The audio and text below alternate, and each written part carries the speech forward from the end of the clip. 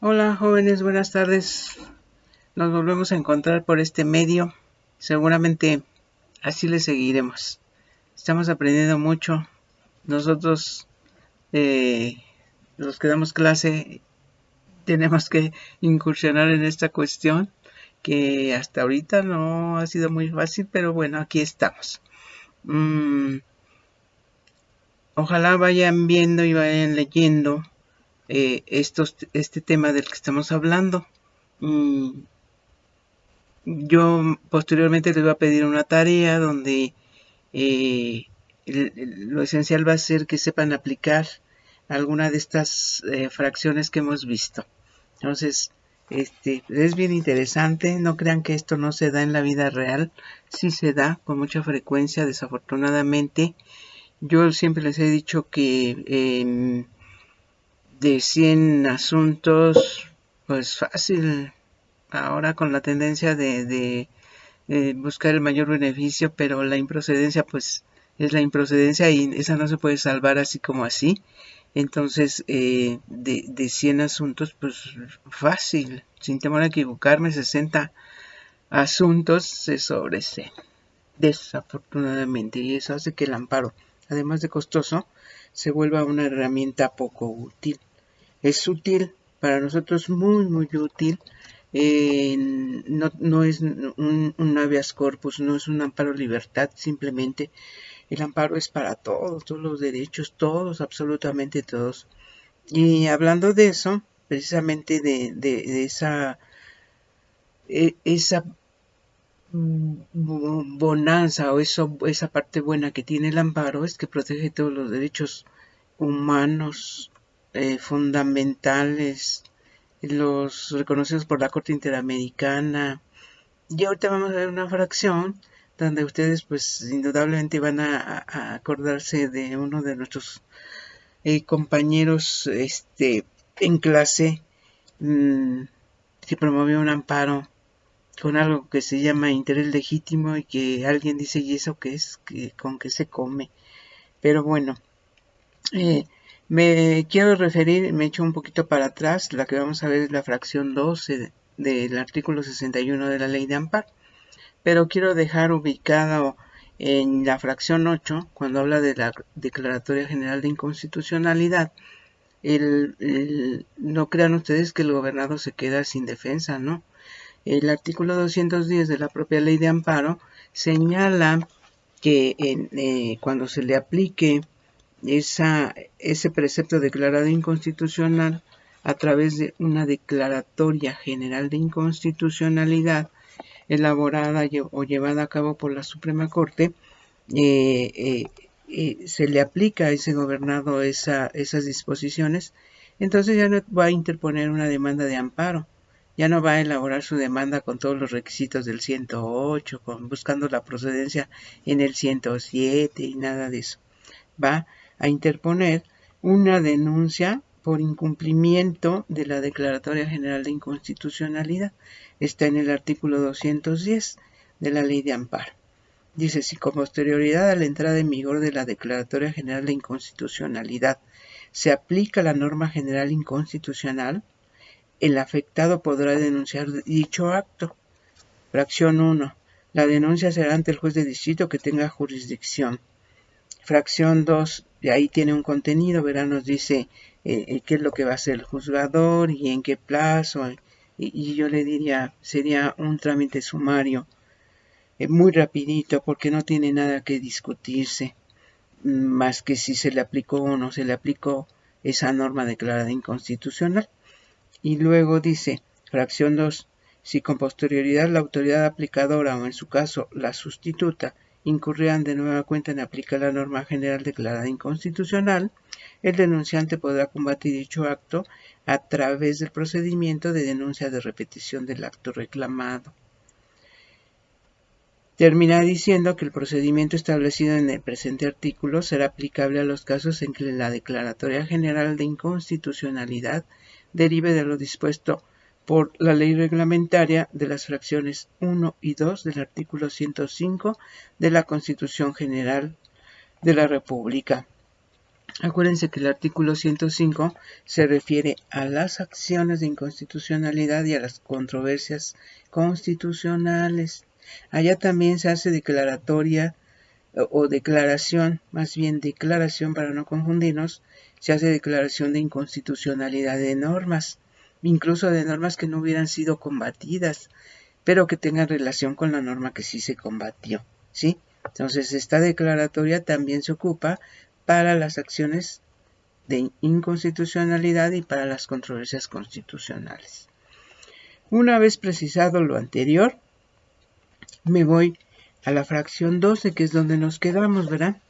Dice la fracción 12, el juicio de amparo es improcedente contra actos que no afecten los intereses jurídicos o legítimos del quejoso, en los términos establecidos en la fracción 1 del artículo 5 de la presente ley, y contra normas generales que requieran de un acto de aplicación posterior al inicio de su vigencia.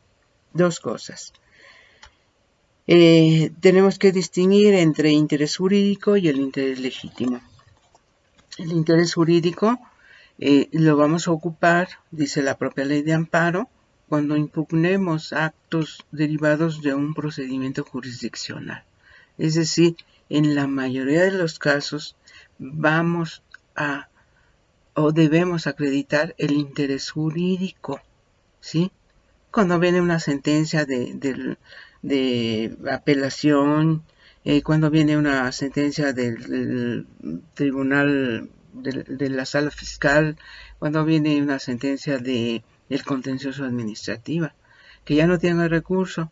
Bueno, no tiene recurso, pero allí se debe acreditar el interés jurídico. Ese interés jurídico o con ese interés jurídico yo vengo a reportarme en el juicio de amparo, ¿sí? Interés jurídico, ¿en qué se traduce?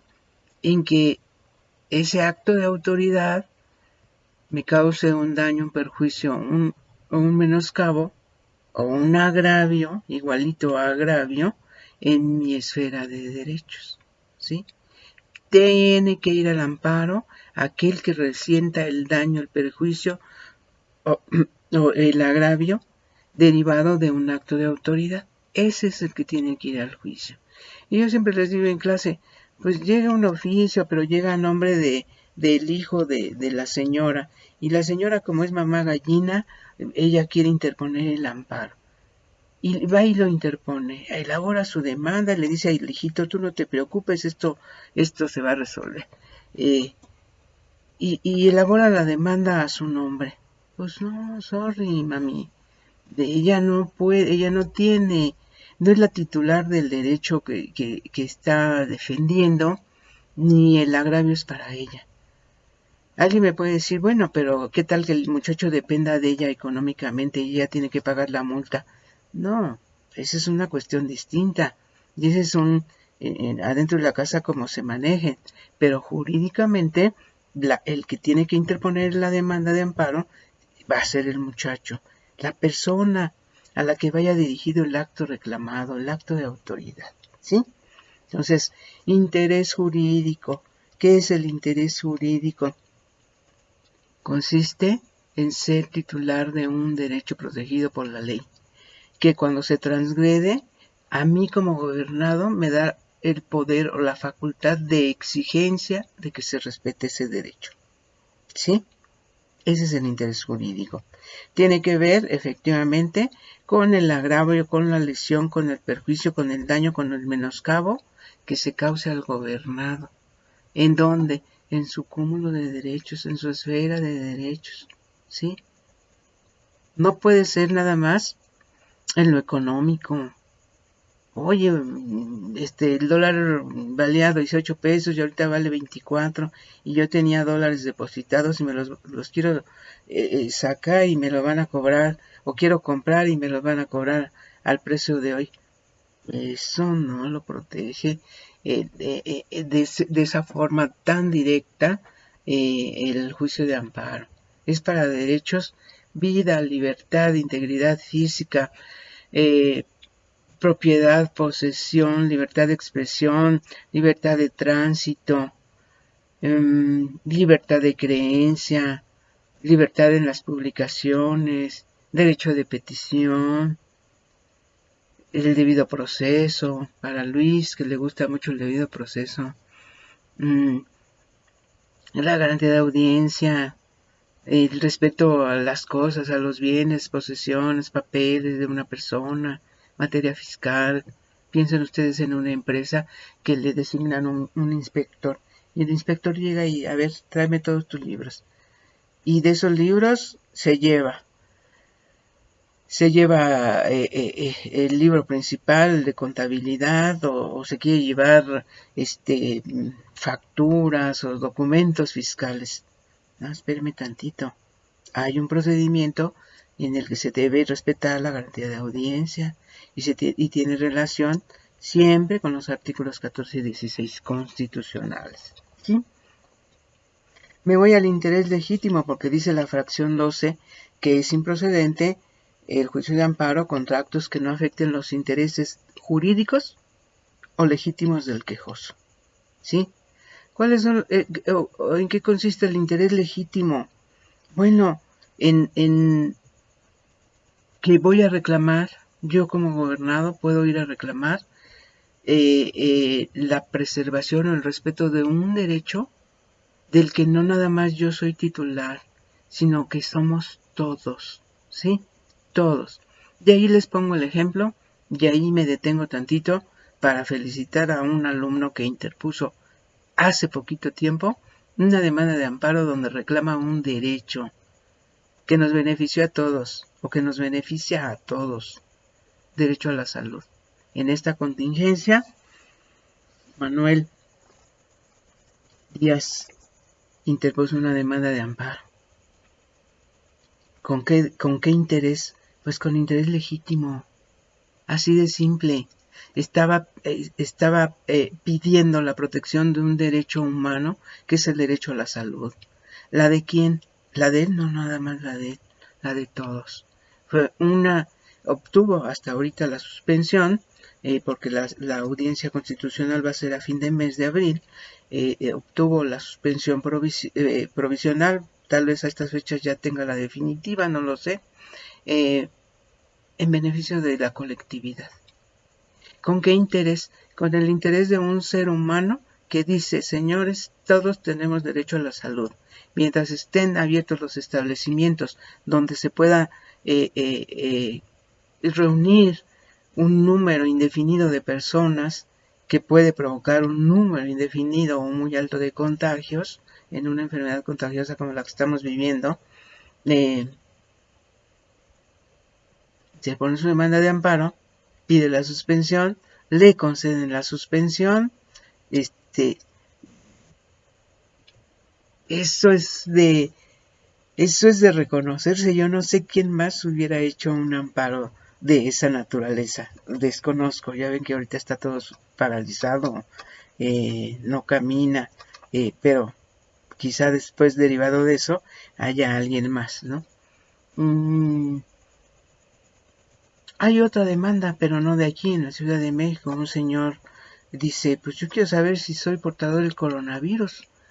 Pido al Estado que me haga la prueba para acreditar eso y no tener el temor de contagiar no solamente a mi familia, sino a las personas con las que platico o con las que tengo alguna relación. ¿Sí? Y le acaban de conceder la suspensión. Discutible, es discutible, pero le acaban de conceder la suspensión para que el Estado efectivamente le lleve a cabo esa prueba y determine si él es portador de ese coronavirus y le quite ese temor. Oh, qué maravilla, ¿no? Nada más que pensemos en el Estado. Tiene suficientes elementos, suficientes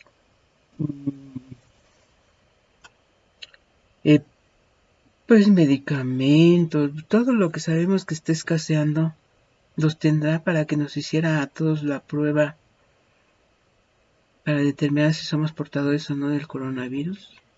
Creo que pondremos en un aprieto muy serio al Estado que definitivamente no puede cumplir. Hasta la fecha y por lo que se está viendo, no puede cumplir con el artículo 4 constitucional. ¿Sí? Está ahí, qué bueno que esté ahí. Bueno, felicidades, aprovecho y saludo y felicito a Manene Díaz por esa actitud de buscar una protección no nada más para él, sino para el conglomerado social. Muchas felicidades. Me es muy grato que esté en el grupo. Ya sabe, ¿verdad? Bueno, entonces, improcedente el juicio de amparo contra actos que no afecten los intereses jurídicos o legítimos del quejoso. El interés legítimo, acuérdense ustedes, básicamente procede en cuestiones meramente administrativas o que tengan que ver con la administración pública de cualquier nivel, municipal, estatal o federal, ¿sí? Cuestiones administrativas. Acuérdense que la administración pública, desde los sentimientos de la nación, don José María Morelos y Pavón determinó que la administración pública, su función era cumplir con las necesidades de los gobernados. Esa era su función. Dice, su única y principal función es ser satisfactor de las necesidades de los gobernados. En ese sentido, pues si a mí en la puerta de mi casa, en la entrada, me ponen un poste de luz necesario para que haya luz en esta avenida o en esta calle, pues qué bueno, es un servicio público, ¿verdad? Pero qué mal que me lo pongan a un lado de mi entrada o que perturbe mi entrada o que la haga difícil y que pueda provocarme un accidente. Entonces, ¿con quién lo voy a combatir? ¿Contra quién lo voy a combatir? Contra la administración pública estatal. Le voy a pedir que quite su poste, posiblemente se niegue y entonces pues buscaré si hay otros recursos administrativos y si no pues me voy al amparo, ¿sí? ¿Con qué interés? Interés legítimo. Ahí yo no tengo que acreditar si soy dueña de la casa o no lo soy.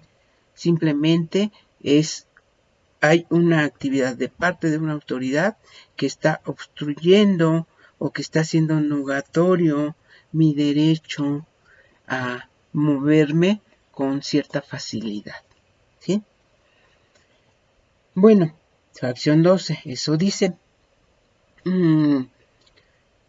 Y luego agrega, dice, contra actos que no afecten los intereses jurídicos o legítimos del quejoso. El interés legítimo, hay un acto de autoridad, pero que no tiene las características de que se debe tener para el interés jurídico, que sea personal y directo para el interés jurídico.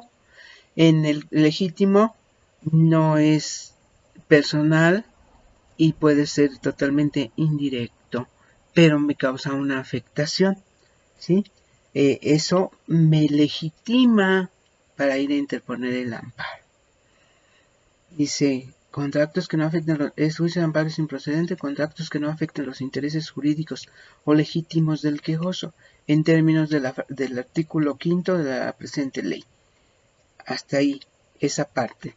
Y luego dice, y contra normas generales que requieran de un acto de aplicación posterior al inicio de su vigencia.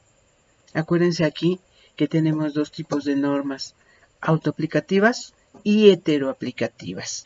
Si la norma que estoy combatiendo requiere de que la autoridad me la aplique o la aplique a mí personalmente, entonces se trata de una norma heteroaplicativa. Y entonces esa norma pues no la voy a impugnar nada más por su sola vigencia, porque por su sola vigencia no me causa un daño, un perjuicio, menoscaba mis derechos, sino que se requiere la aplicación por parte de la autoridad de esa nueva norma para que me dé o para que me faculte, me causó un daño, un perjuicio, un menoscabo, y eso me faculta a interponer el amparo, ¿sí? Acuérdense que nosotros tenemos distintos momentos para interponer el amparo. El plazo genérico 15 días, tratándose de cualquier acto de autoridad, término genérico. Cuando se trate de normas, si es autoaplicativa, entonces tengo 30 días para interponer el amparo, ¿sí? Si no es autoaplicativa, sino que requiere de la existencia de la ley más un acto de aplicación, entonces yo tengo 15 días a partir de que conozco el acto de aplicación, ¿sí? 15 días. Y en ese amparo que yo interponga, puedo reclamar la inconstitucionalidad de la ley más la inconstitucionalidad del acto de aplicación, ¿sí? ¿Qué va a hacer el juzgado? Analiza primero la inconstitucionalidad de la norma. Si es inconstitucional, efecto dominó, pues es inconstitucional el acto de aplicación. Si no lo es, entonces va a reconocer que esa norma está apegada a la Constitución. Pero puede ser que el acto de aplicación tenga vicios propios. Por ejemplo, que no esté fundado ni motivado, que se refiera a una conducta que yo no he tenido, que me quiera tratar como causante de un impuesto y yo no soy causante de ese impuesto, que esté emitido por una autoridad incompetente, en fin, a eso se le denomina vicios propios, ¿sí? Que no esté firmado ese oficio, un vicio propio, que no deriva de la inconstitucionalidad de esa ley que estoy reclamando, deriva de la propia fisonomía de ese oficio o de ese acto de autoridad vinculado a una norma que yo quiero o que estoy combatiendo como inconstitucional, ¿sí? Bueno, entonces es improcedente el juicio de amparo, dicho de una manera sencilla, es improcedente el juicio de amparo cuando el acto de autoridad no me cause un daño, un perjuicio, un menoscabo o un agravio en mi cúmulo de derechos, ¿sí?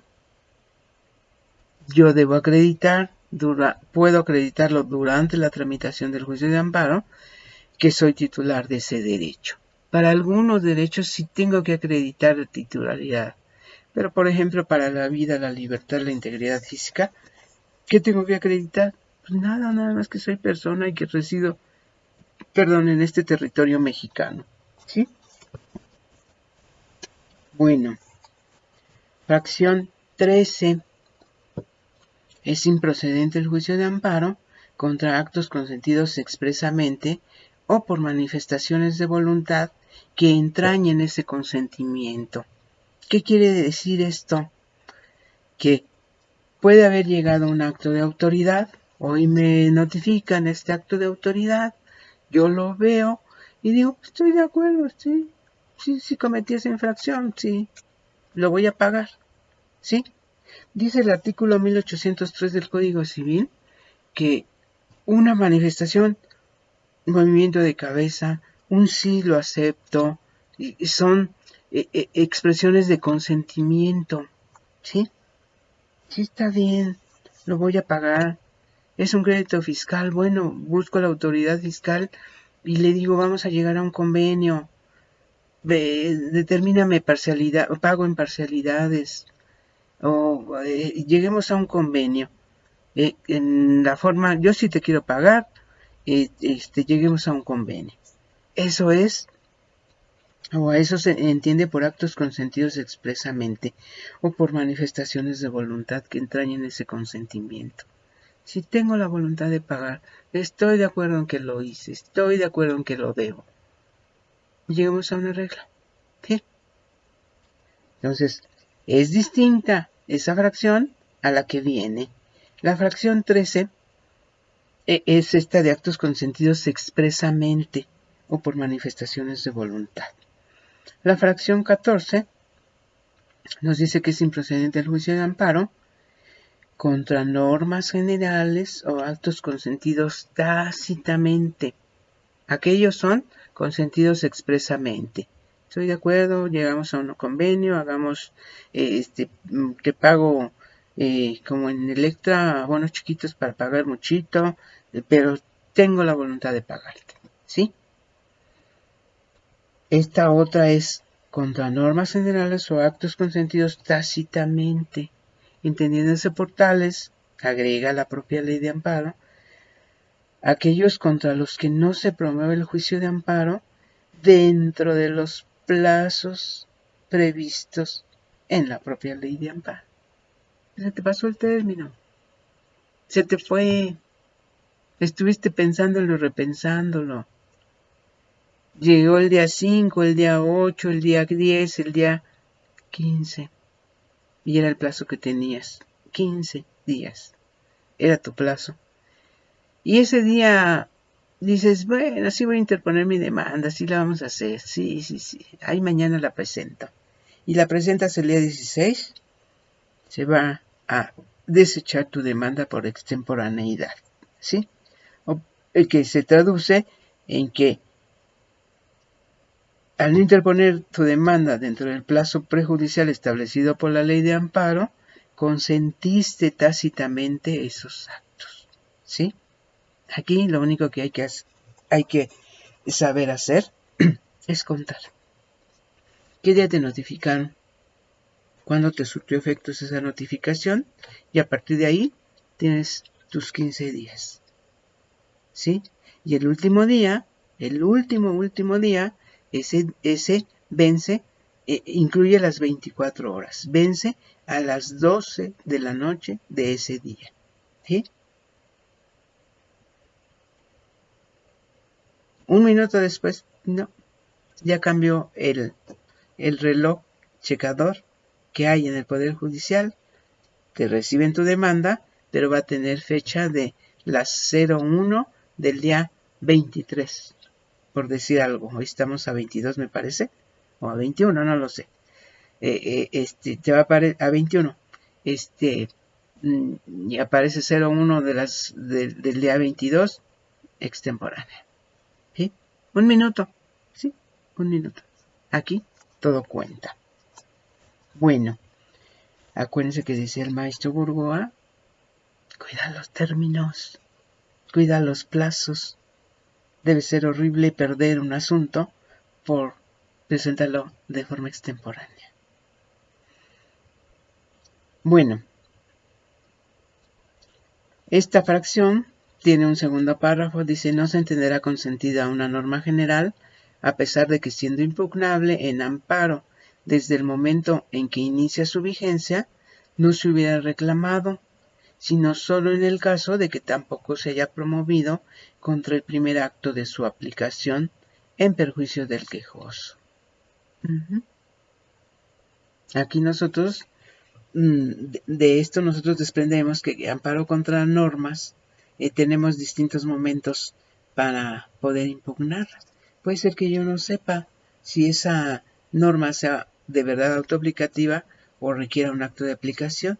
Y entonces, bueno, ya salió la norma, considero que no está pegada a la Constitución, me espero, no tengo la certeza de que requiera, de que realmente me esté causando un daño, un perjuicio, un menoscabo, no tengo esa certeza, me espero a que venga el acto de aplicación, cuando venga el acto de aplicación, combato ese acto de aplicación y la inconstitucionalidad de esa norma. ¿Bien?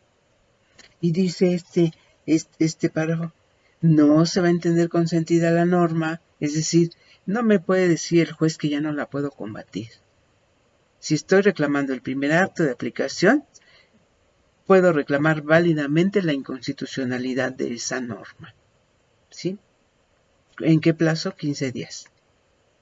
Pero yo ya conocía la norma, ya sabía más o menos su contenido, tenía la duda de si era autoaplicativa o heteroaplicativa, me espero, viene el acto de aplicación y solamente que no combata ese acto de aplicación, pueden decir válidamente que consentí esa norma. Después señala algunas, algo que tiene que ver con el principio de definitividad. Dice, cuando contra el primer acto de aplicación procede algún recurso o medio de defensa legal, por virtud del cual pueda ser modificado, revocado o nulificado, será optativo para el interesado hacer valer o impugnar, desde luego, la norma general en juicio de amparo. ¿Sí? Pero una vez que opte por irse a la vía ordinaria, tiene que agotar esa vía ordinaria. No puede a medio camino regresarse e interponer el amparo. ¿Sí? Eso sí, no lo puede hacer. Tiene que agotar aquella vía administrativa. Posteriormente, si la última decisión es adversa y siente que él tiene la razón, entonces interpondrá su amparo. ¿Sí? Me voy a la fracción, esa fue la 14. Me voy a la fracción 15. Es improcedente el juicio de amparo contra las resoluciones o declaraciones de las autoridades competentes en materia electoral.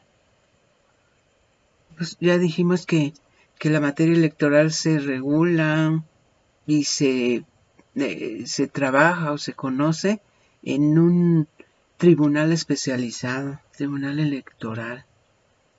Todo el electoral allá.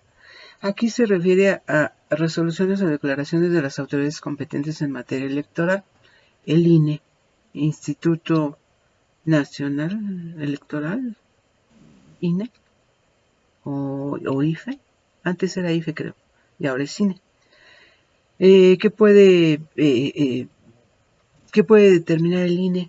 Bueno, pues desde los presupuestos para los partidos, multas para los partidos, la distribución de tiempo aire en televisión, todo eso que tiene que ver con elecciones y con partidos políticos, esas decisiones hay en el Tribunal Electoral, ¿sí? En el amparo no conocemos de esa materia.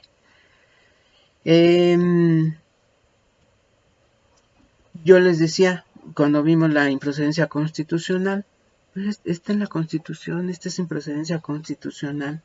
Sin embargo, y a pesar de que la ley de amparo es relativamente nueva, 11 de abril, me parece, se los constato, 2 de abril de 2013, 2 de abril de 2013, realmente relativamente nueva para el sistema de derecho, donde tenemos códigos de 1890 y tantos, de 1887, pues esta es nueva, nuevecita. No obstante que es nueva, pues no se recogieron todas las improcedencias constitucionales y las pusieron en la Constitución, sino que también las reportan aquí en la ley de amparo, ¿sí? Ya vimos 2 o 3, ¿no? Al inicio de, en el primer video, la improcedencia contra actos del Consejo de la Judicatura, la improcedencia contra actos de la Sala Superior del Tribunal Electoral, la improcedencia en cuestiones de juicio de procedencia, de cuestiones del Congreso, del Poder Legislativo, las reportan acá en la ley de amparo. Y bueno, así las vemos también. Nuestra siguiente fracción es la 16 y dice que es improcedente el juicio de amparo contra actos consumados de modo irreparable. Actos, aquí hay que distinguir actos materialmente consumados. Acuérdense que dice la ley de amparo, que se los leo,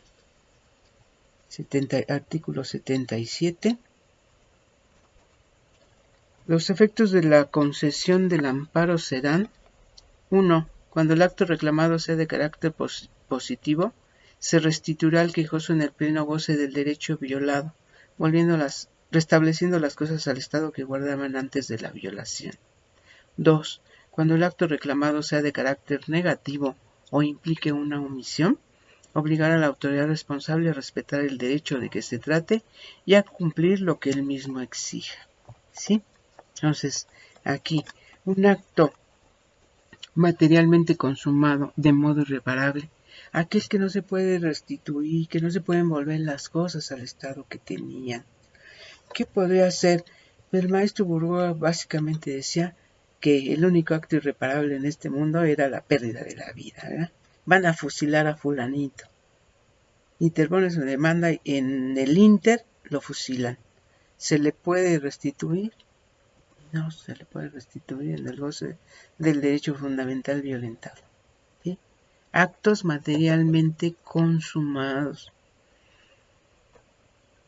Creo que en clase yo les dije, bueno, yo sé que en la casa de doña Silvia Pinal tiene unos grandes retratos que le hicieron los muralistas de aquellos tiempos, Siqueiros, Orozco, el otro, no me acuerdo ahorita, el que estaba casado con Frida Kahlo, le hicieron retratos de su figura, de su persona, y ella los tiene empotrados en su pared, o incluso los tiene pintados en el muro de su casa. Y un día la autoridad le dice, voy a demoler esta casa porque es una obra peligrosa. Y empieza, pum, pum, pum, a quitarla. Cuando va al amparo, cuando llega la cuestión de decidir, ¿se puede restituir? No se le puede restituir en el goce de su derecho fundamental violado. Materialmente no se le puede devolver. ¿Sí? Le podemos pagar. Ahora, le podemos pagar. Pero no le vamos a devolver su cuadro de Picasso, su cuadro de Orozco, su cuadro de Siqueiros. Hasta ahí, acto consumado de modo irreparable. ¿Sí? Hasta aquí le dejamos.